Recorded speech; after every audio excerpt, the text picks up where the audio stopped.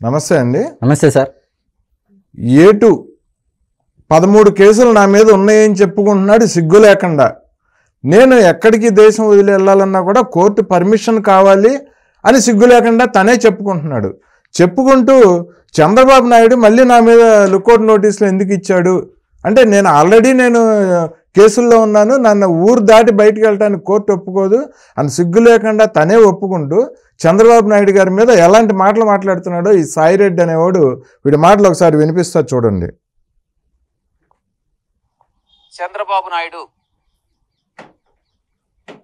వచ్చే వారంలో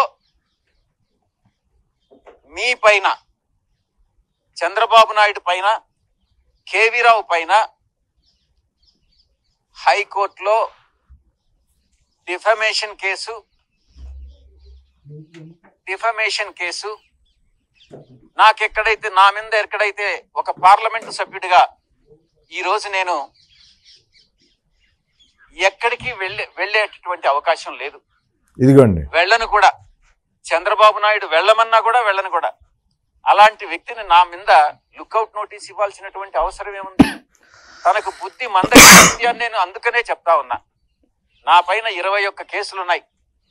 నేను ఎక్కడికైనా విదేశాలకు వెళ్ళాలంటే సిబిఐ కోర్టు హైదరాబాద్ పర్మిషన్ కావాలి.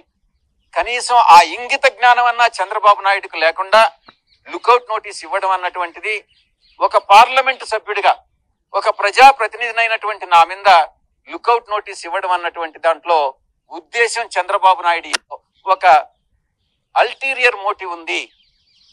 ఈ యొక్క దాన్ని నా యొక్క ఇమేజ్ ని, నా యొక్క రెప్యుటేషన్ ని దెబ్బతీసే దానికోసంగా ఇది జరిగింది అన్నటువంటి విషయాన్ని దృష్టిలో పెట్టుకుని అటు చంద్రబాబు నాయుడిని, అటు తప్పుడు కంప్లైంట్ ఇచ్చిన దానికోసంగా ఇటు కేవీరావు ఇద్దరి మీద కూడా నేను కోర్టులో దావా వేస్తున్నాను అన్నటువంటి విషయాన్ని మీకు తెలియజేస్తా ఉన్నా.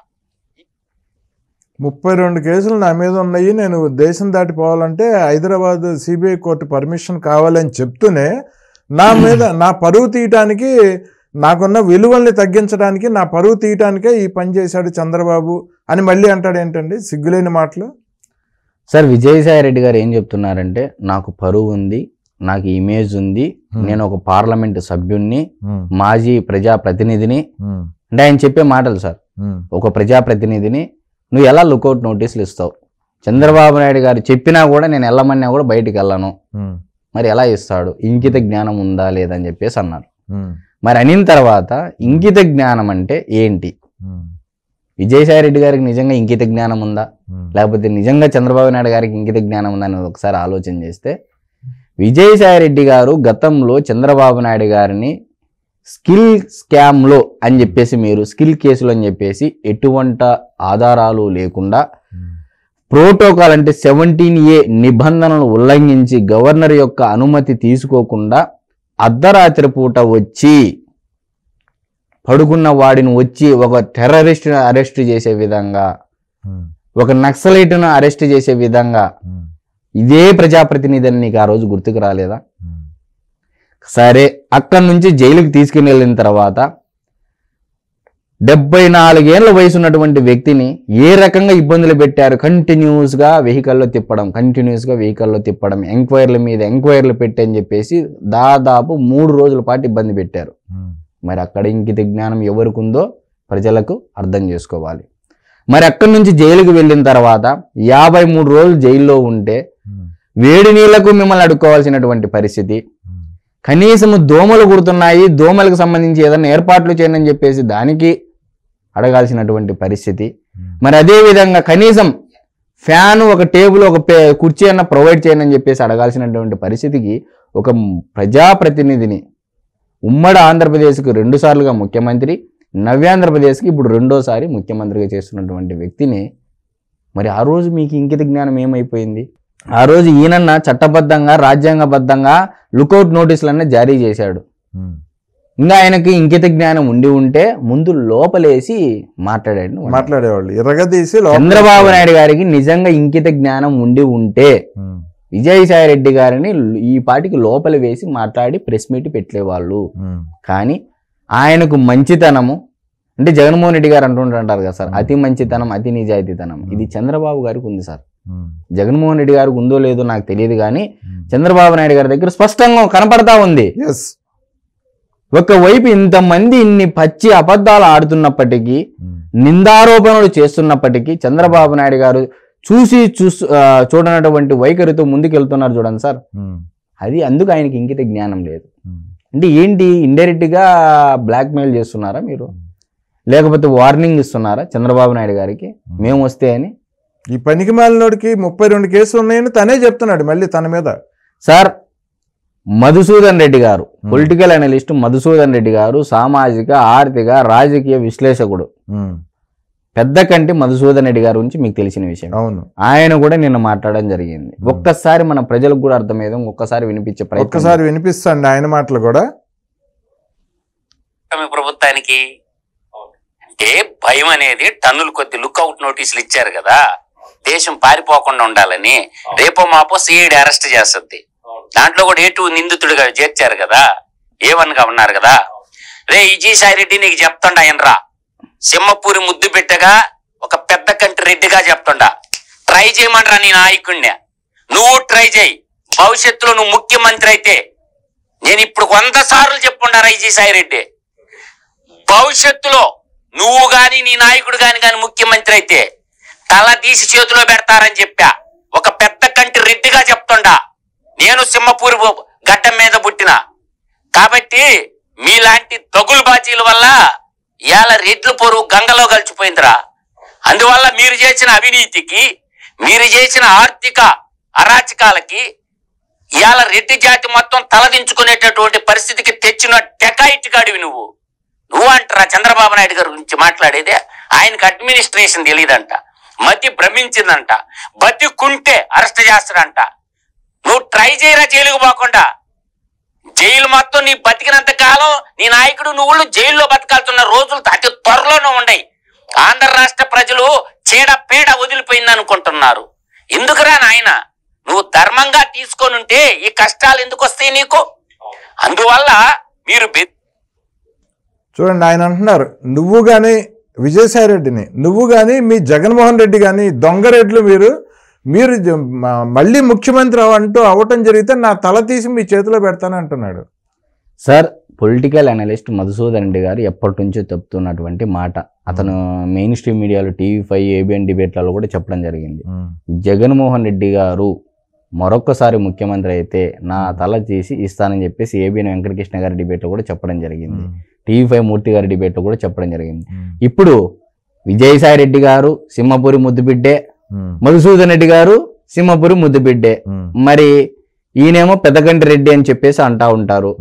మరి ఇద్దరు రెడ్ల మధ్య యుద్ధము. పెద్దకంటి రెడ్డి అంటే రెడ్లలో పెద్ద ఉత్తమమైన జాతి అది. నేనేమంటున్నానంటే సార్, ఇద్దరి రెడ్ల మధ్య యుద్ధం, మరి సిద్ధమా అని మధుసూదన్ రెడ్డి గారు అంటున్నారు. సిద్ధమా అని అంటున్నారు. సిద్ధమా డెకాయిట్ రెడ్డి అని అంటున్నారు ఆయన్ని. నేను అదే అంటున్నాను సార్, ఇద్దరి రెడ్ల మధ్య యుద్ధము. మధుసూదన్ రెడ్డి గారు క్లియర్ గా చెప్తా ఉన్నారు, కన్వర్షన్, కరప్టెడ్, కంటామినేటెడ్ రెడ్లు, మా రెడ్ల సామాజిక వర్గంలో హవా ఎక్కువైపోయింది, మా రెడ్ల పరువు గంగ కలిసిపోతా ఉంది. ఒకప్పుడు రెడ్డి సామాజిక వర్గం అంటే 10 మందికి సహాయం చేసేది, 10 మందికి వాళ్ళ గడప తొక్కితే సహాయం చేసేటువంటి గుణం ఉన్నటువంటి వారు రెడ్డి సామాజిక వర్గం అయితే ఈ రోజు పరిస్థితి ఏ విధంగా ఉందనేది పొలిటికల్ అనలిస్ట్ మధుసూదన్ రెడ్డి గారు పదే పదే తన ఆవేదన వ్యక్తం చేస్తా ఉన్నాడు. మా రెడ్ల పరువు మొత్తం గంగలో కలిసిపోయింది, మా రెడ్లను నమ్మే పరిస్థితి ఇంకా లేదు. వీళ్ళు చేసే అరాచకాల వల్ల, వీళ్ళు చేసే అకృత్యాల వల్ల వ్యవసాయాన్ని నమ్ముకొని కూలీనాలి చేసుకొని పౌరుషంతో రోషంతో బతికేటటువంటి మా రెడ్లను పరువు గంగలో కలిపేశాడు. మా రెడ్లను ఎవరు నమ్మే పరిస్థితి ఈ రోజు రాష్ట్ర ప్రజానికానికి లేదు. ఆయన ఎన్నో సందర్భాలు ఆవేదన వ్యక్తం చేసినటువంటి పరిస్థితి గతంలో చూశాము. మరి ఇప్పుడు ఆయన ఓపెన్ గా చెప్తున్నాడు, జగన్మోహన్ రెడ్డి గారు ఇంకొకసారి సీఎం అయితే నా తల తీసిస్తా అని. మరి జగన్మోహన్ రెడ్డి గారు రెడ్డి సామాజిక వర్గమే, మరి మధుసూదన్ రెడ్డి గారు రెడ్డి సామాజిక వర్గమే, విజయసాయి రెడ్డి గారు రెడ్డి సామాజిక వర్గమే. మరి ఇంకా వాళ్ళు తెలుసుకోవాల్సినటువంటి పరిస్థితి. మరి ఇద్దరు సింహపురి రెడ్ల మధ్య యుద్ధం జరగబోతా ఉంది. మరి ఆయన అన్నాడు, చిటికేసి సవాల్ విసిరాడు, మరి అది స్వీకరిస్తారా లేదా విజయసాయి రెడ్డి గారు అనేది మనం వేచి చూడాలి. ఓ పక్కనేమో నీతి నిజాయితీలకు మారిపోయిన మధుసూదన్ రెడ్డి అయితే, మరో పక్కన దోపిడీ దొంగతనాలు చేసిన డకాయిట్ రెడ్డి విజయసాయి రెడ్డి. సార్, మధుసూదన్ రెడ్డి గారు ఆంధ్రప్రదేశ్ రాష్ట్రం పట్ల ఎంతో నిబద్ధత, నిజాయితీ, నా రాష్ట్రంలో జరుగుతున్నటువంటి లోపాలను నిరంతరం తప్పును తప్పు అని చెప్పి ఎత్తి చూపే విధంగా ప్రతి ఒక్క చోట తెలియజేస్తా ఉన్నాడు. తన యొక్క ప్రశ్నలతో, తన యొక్క వాక్ చాతుర్యంతో, తన యొక్క నిరంతరం రాష్ట్రం మీద ప్రేమతో ఒక తపస్సు విధంగా, ఒక జగన్మోహన్ రెడ్డిని ఉక్కిరిబిక్కిరి చేస్తున్నారు. ఒక మాట, జగన్మోహన్ రెడ్డి గారిని చట్టాలు, ఎవరికి తెలియనటువంటి చట్టాలు వెలికి తీసి ప్రజలకు క్షుణ్ణంగా అర్థమయ్యే విధంగా విత్ స్టాటిస్టిక్స్, ఆధారాలు, గణాంకాలతో సుద్ధా ప్రజల ముందు ఉంచే ప్రయత్నం నిరంతరం చేస్తూ ఉన్నారు. మరి ఇప్పుడు ఒకవైపు ఏమో విజయసాయి రెడ్డి గారిని ఏమంటున్నారు, దొంగ ఆడిట్లు చూపించి బతికేటువంటి నువ్వు డెకాయిట్ రెడ్డి అని చెప్పేసి మధుసూదన్ రెడ్డి గారు అంటున్నారు. నేను నీతి నిజాయితీతో బతికేటువంటి పెద్దకంటి మధుసూదన్ రెడ్డిని సింహపురి ముద్దు బిడ్డనని చెప్పేసి ఒకవైపు అంటా ఉన్నారు. మరి ఆయన నెల్లూరు వాస్తవ్యుడే, ఈయన నెల్లూరు వాస్తవ్యుడే. మరి ఇద్దరి మధ్య యుద్ధం జరగబోతా ఉంది. మనమైతే వేచి చూడాలి ఏం జరుగుతుంది. ఇదే సందర్భంగా మధుసూదన్ రెడ్డి గారు మాట్లాడుతూ, విజయసాయి రెడ్డి, జగన్మోహన్ రెడ్డి జీవితకాలం జైల్లో ఉండే రోజు దగ్గరలోనే ఉందంటున్నారు.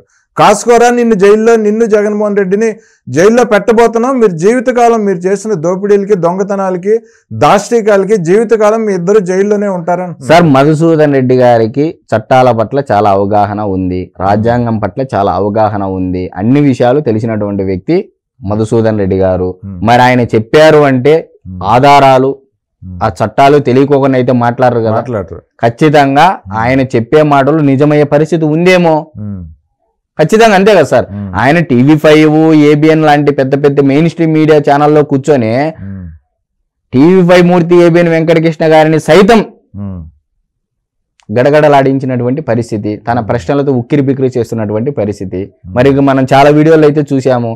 ఆయన ఆధారాలతో, గణాంకాలతో ముందుకొస్తాడు. అవును, అది చట్టాలతో కూడా ముందుకొస్తాడు. ఈ చట్టంలో ఈ విధంగా ఉంది అని. మరి ఆయన చెప్పే మాట ఏదైతే ఉందో మొత్తం అంతా జైలుకి పోయే రోజులు దగ్గరలో ఉన్నాయని జరగచ్చేమో. మేబీ ఆయనకు ఇన్ఫర్మేషన్ ఉందేమో, ఇంటెలిజెన్స్ ఇన్ఫర్మేషన్ లేని ఆయన మాట్లాడతాడా?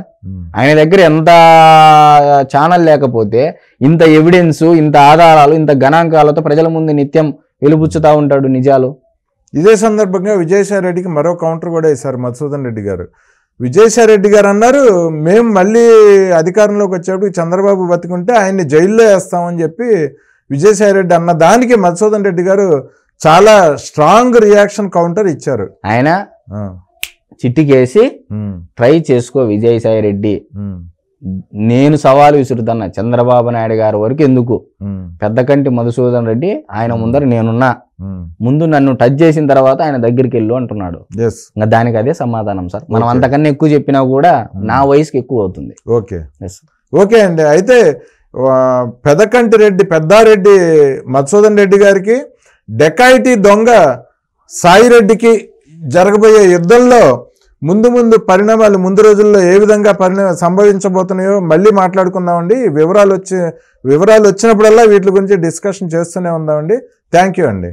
నమస్తే.